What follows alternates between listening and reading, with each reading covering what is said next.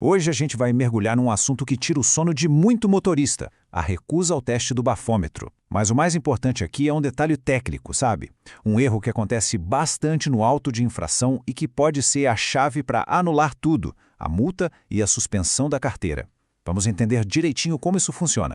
A cena é clássica, né? Uma blitz, o agente pede para fazer o teste do etilômetro e, por qualquer motivo, o motorista decide não fazer. Muita gente acha que, pronto, recusou, a punição já era. Mas é aí que a coisa começa a ficar interessante. As penalidades parecem automáticas, mas não são não. A primeira consequência, claro, é aquela que dói direto no bolso. A multa por recusar o bafômetro é pesadíssima, quase R$ 3.000. É uma infração gravíssima com valor multiplicado por 10, feita para desestimular mesmo. E olha, talvez pior do que a multa seja isso aqui, a suspensão do direito de dirigir por um ano inteirinho. Para quem usa o carro todo dia, o impacto é gigantesco. E atenção aqui num ponto crucial. Essa é uma infração que a gente chama de autossuspensiva, ou seja, a penalidade é a suspensão direta da CNH. Até gera 7 pontos, mas eles não vão se somar com outros para suspender a carteira, porque a perda do direito de dirigir, nesse caso, é imediata. Pois é, no meio dessas penalidades tão severas, existe uma luz. O documento que oficializa tudo isso, o auto de infração, precisa seguir regras bem rígidas.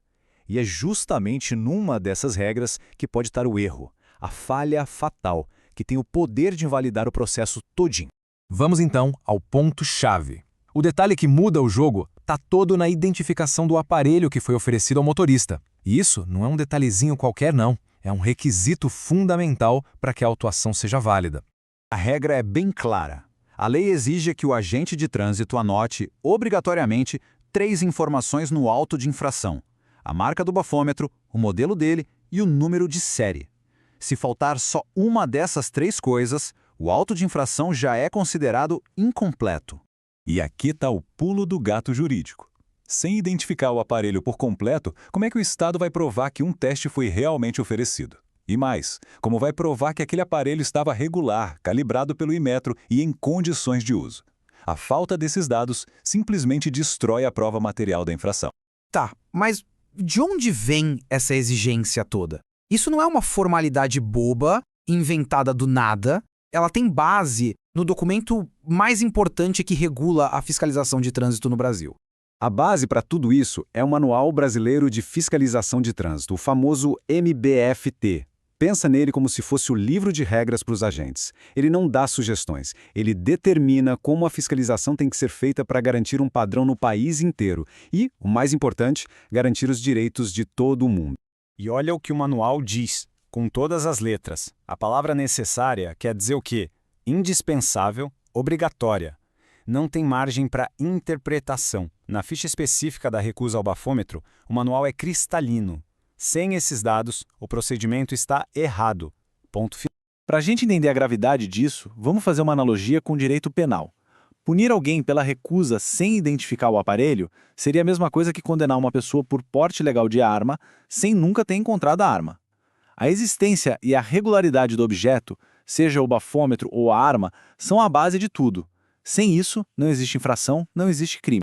Então, a falta dessas informações não é só um erro de preenchimento. Ela atinge em cheio princípios básicos da nossa Constituição. Fere a legalidade porque o agente não cumpriu a lei. Ataca o contraditório e a ampla defesa porque, pensa bem, como alguém pode se defender ou questionar a validade de um aparelho que nem sequer foi identificado? E, claro, desrespeita o direito à informação. Ok, a teoria é muito boa. A lei parece estar do lado do cidadão. Mas a pergunta de $1 milhão é: essa tese funciona na prática? Os juízes estão aceitando esse argumento? Essa é a pergunta que todo mundo quer saber, certo? Não adianta nada ter um argumento incrível se ele não convence no tribunal. A boa notícia é que a resposta tem sido cada vez mais: sim, funciona. E aqui está a prova concreta.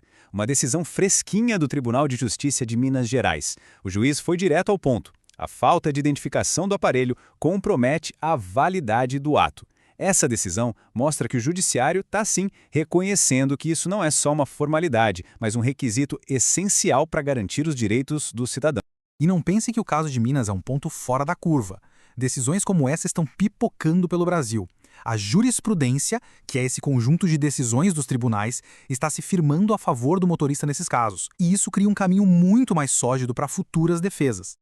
Então, no final das contas, o que a gente tira de tudo isso? Essa discussão toda vai muito além de uma simples multa de trânsito. Ela fala sobre temas muito maiores, como os nossos direitos, os deveres do Estado e a transparência nas ações dele. Um ponto fundamental que a gente precisa entender é o tal do efeito vinculante do manual. Às vezes, tentam argumentar que o MBFIT é só um guia, uma orientação. Essa ideia está completamente errada. O próprio manual diz que suas regras são obrigatórias, ou seja, vinculantes, para todos os órgãos de trânsito do país. Eles não têm a opção de seguir ou não, eles têm o dever de seguir. Então, vamos amarrar tudo para não esquecer. Primeiro, a identificação do bafômetro é essencial, não um mero detalhe. Segundo, a falta desses dados fere direitos fundamentais. Terceiro, o manual que exige isso é de cumprimento obrigatório. E a conclusão lógica de tudo isso, um auto de infração preenchido de forma incompleta é um ato administrativo com falha grave e por isso pode e deve ser anulado. E a nossa análise termina com essa reflexão, que é o coração de toda a discussão. Se o próprio Estado, na hora de punir, não segue as regras que ele mesmo criou para garantir a justiça e a transparência, esse ato pode ser considerado válido? A resposta tanto da lei quanto dos tribunais parece ser um sonoro não. Conhecer esse detalhe não é achar uma brecha, é exigir que a lei seja cumprida,